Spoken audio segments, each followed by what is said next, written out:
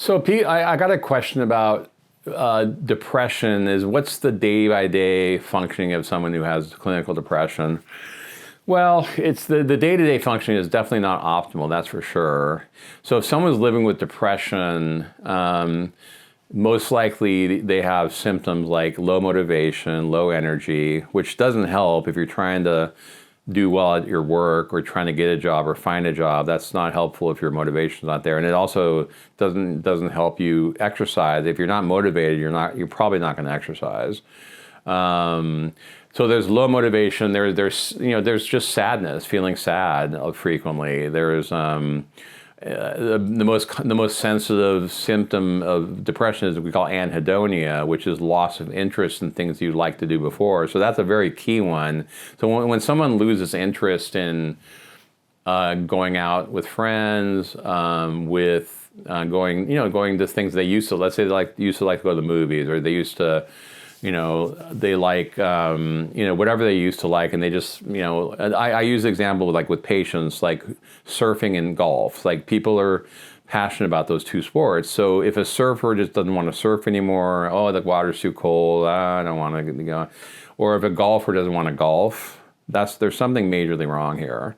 And I hear that sometimes with people who retire too, and I hear from the wives often of husbands and who say, yeah, my husband just sleeps in, watches TV, doesn't really do much, and he may just be tired and that's what he wants his retirement to be. But she's like, I wish he would go out and do some things and go out, and he doesn't want to do anything. And so that's probably someone who's maybe has some clinical depression. I would have to assess it and see if that's the case or not.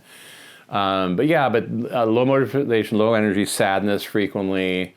Then it also often depression travels with anxiety, so it's not surprising when people have anxiety symptoms like problem with sleep, and in depression also people can have sleeping problems, especially we call early morning awakening, which means you get to sleep fine, but you wake up at 2 to 3 and you can't get back to sleep. That's common with depression. With depression, sometimes, and also with anxiety, you get physical symptoms. You don't feel good physically. So the day-to-day life of someone with depression is just not feeling optimal, not living your optimal. If you don't, and again, I go back to the question, tell me about before this. When did this start, and how did you feel before this started? And so you take a history and go back and figure out, okay, when did it start? Try to figure out why it started. Look at the genetics, look at the factors, look at all the factors, and try to figure it out. And depression, again, is extremely treatable. You just need to convince people to treat it, because a lot of people feel like this is the way I am. I mean, I don't have any hobbies and interests. I'm retired now. It's like, okay, but or just people who are working, but they just don't feel good. They just feel sad all day. They don't like their job anymore. So just living with depression is just not living an ideal life, and you don't have to live that way. You don't have to be that way, and it's treatable, and it's medically treatable. I have great success with it, but you have to just take the step to say, I need some help. I don't know everything. I don't know if I believe in medication. Okay, if you don't believe in medication, come and see me. I'll explain medication. I'll explain what they do, and so I'll give you the whole deal about it. And then you can make a decision whether you want to do it or not. I can't force you. A doctor can't force people to do things. You have to, either accept what I say or not, and or try what I'm going to say or don't try it.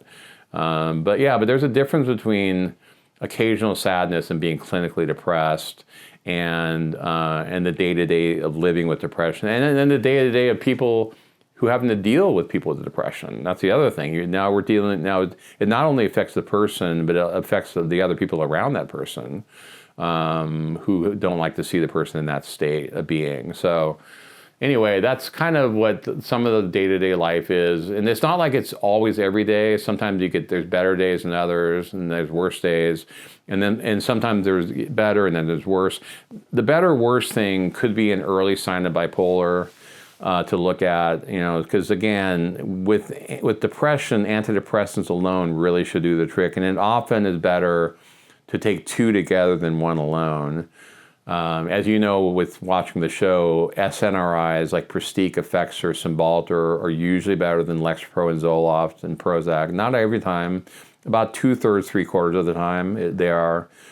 Adding Wellbutrin is almost universal. To at least try it to see if it works. It sometimes doesn't, or it's sometimes not tolerated. So we figure that out. But yeah, but treating it fully, because I want to treat it. It might take two things together, maybe more. But I want to get people back to that normal functioning where they feel like I'm myself again. I'm not living with daily depression, and that's the quality of life I want for all my patients.